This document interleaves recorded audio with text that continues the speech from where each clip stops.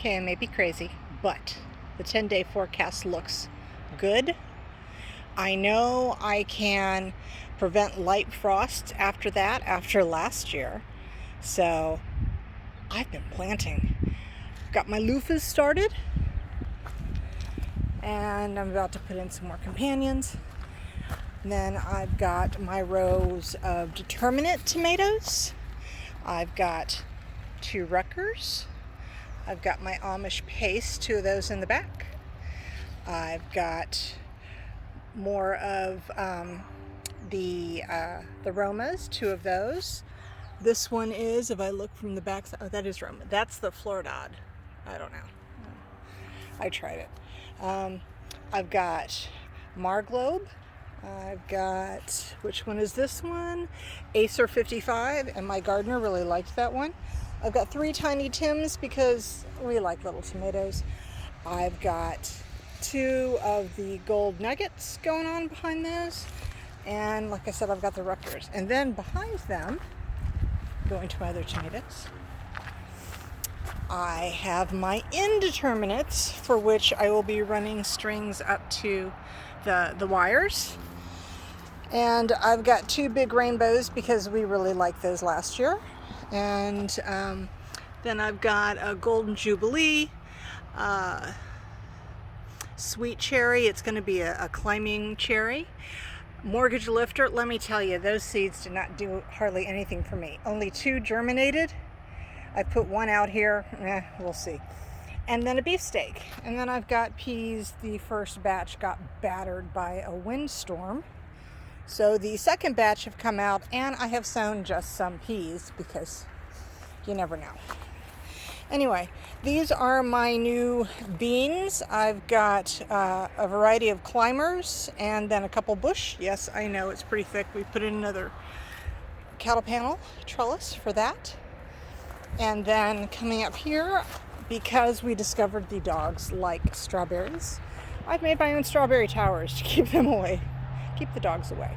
Still have an ample number of strawberries in the bed. Some have been transplanted. Some were destroyed by the dogs. And then I ordered some new ones. I got some of the just the bare roots from M.I. Gardner. I started some of the Proven Winners from seed. They're still in the orangery, and they will come out here for that. Several things are doing well. I've tried to start some lavender. I have a lot, but the Forgotten Sage is good. The Russian Sage is going. That's one of my Helianthus. I ordered another Suncredible because I liked it last year. So it, as well as 5 Haskaps, are coming. I'll show you that in a minute. I was wondering if the rosemary was going to survive. I think it just gets a lot of wind right here. And this side took more of the brunt force of it than that. And then these 2 actually were a little too wet last year. I'm adjusting the drip this year.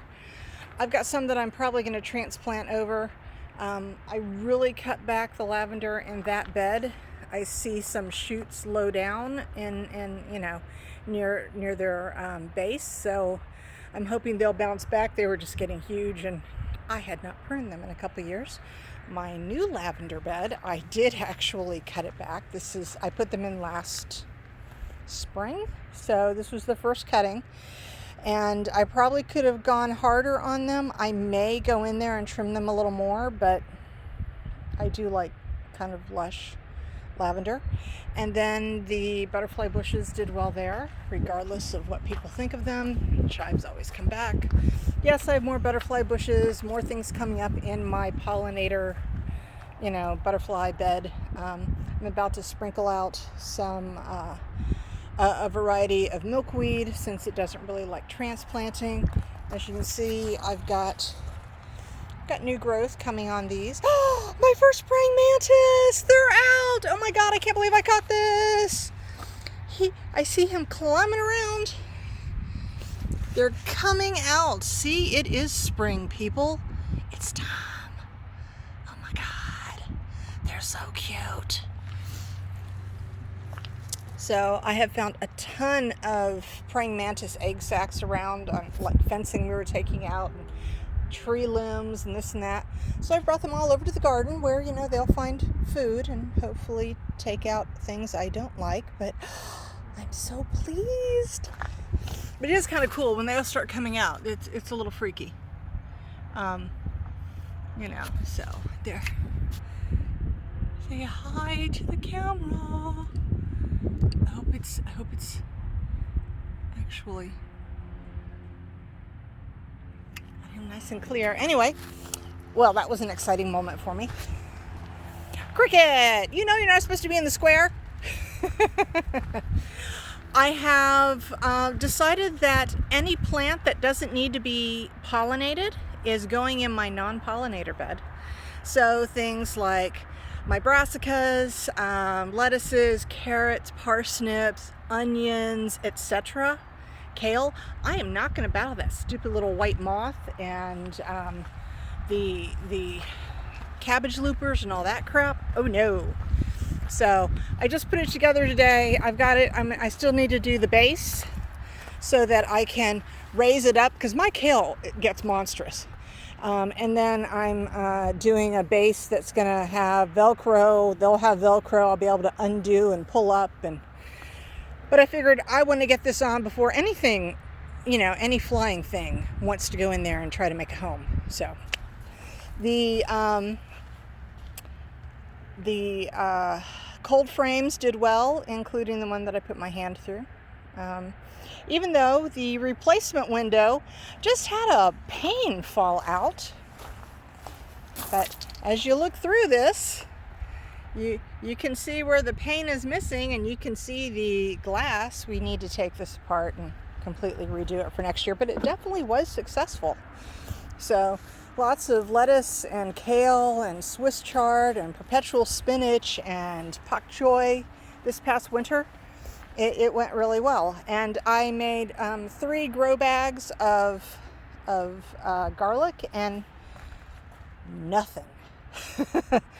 Did them all identically the same. You think that would be the happiest because this is the side the wind comes from. We did sort of give them little hay barricades to make them a little more protected and give them some warmth. We didn't have a terribly horrible winter.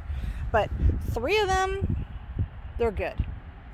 1, nothing. And then I did transplant a few things. I had the parsnips were just, the parsley is great. So I brought them over. I kept a couple of my celeriacs that were small. They transplanted well. And I had a volunteer potato come up that is in the front corner. I'm going to put potatoes in tomorrow. Yes, I'm a month behind, but it is what it is. Oh, and then the exciting thing I added, one, our dogs like mulch, so it's hard enough for me to keep them out of that bed. Cricket, yes. But this is going to be a row of haskap's, aka honeyberries. Well, that's what you get when you eat mulch. And what I did is I obviously built this up, and I brought in some topsoil, amended it with some leaf mold compost, and then under each of these big rocks is an upside down gallon bucket. And what I'm getting is they're coming in quarts, so I've got plenty of room to get them in and amend them, and then I will obviously pull back the gravel when I do it, and then I will reseed it. And I did put woven landscape fabric under it so that I could prevent any weeds, etc. And I can always build this back up, but they should be happy there. They'll get plenty of everything they need, and the dogs like to sit in between them and look out right now over the territory, so that will be fine until they get 6 feet by 6 feet. And then I did clear a path for what will eventually be a pondless waterfall. Yay. And what's down there near the white bag has already been dug out once because I was doing French drains, then I realized I didn't need an extra French drain running through here. So I just have a major one that is going in front of the orangery and the patio there, and then the massive one runs all the way out here to where the orchard is. So that helps them as well to get a good steady flow of moisture. So yeah, so that will be I've already got a natural slope. So, and as they say, be sure you acquire rocks for it. I'm good. And poor little Kubota did move that monster a couple days ago, just to, again, I have rocks, so it's not a surprise. Hi, Princess, and there's the cricket. So yeah, so it's coming. Oh, and the grapes have all lived. They're starting to leaf out, so that's very exciting too. Not that I'll get anything from them for a few years, but it's really just aesthetic more than anything. So quite pleased. And I'm hoping, that this weather holds, because right now it looks like we hit spring early and that it will be okay. So anyway, it is the 10th of April. Fingers crossed that everything goes well. Anyway, bye.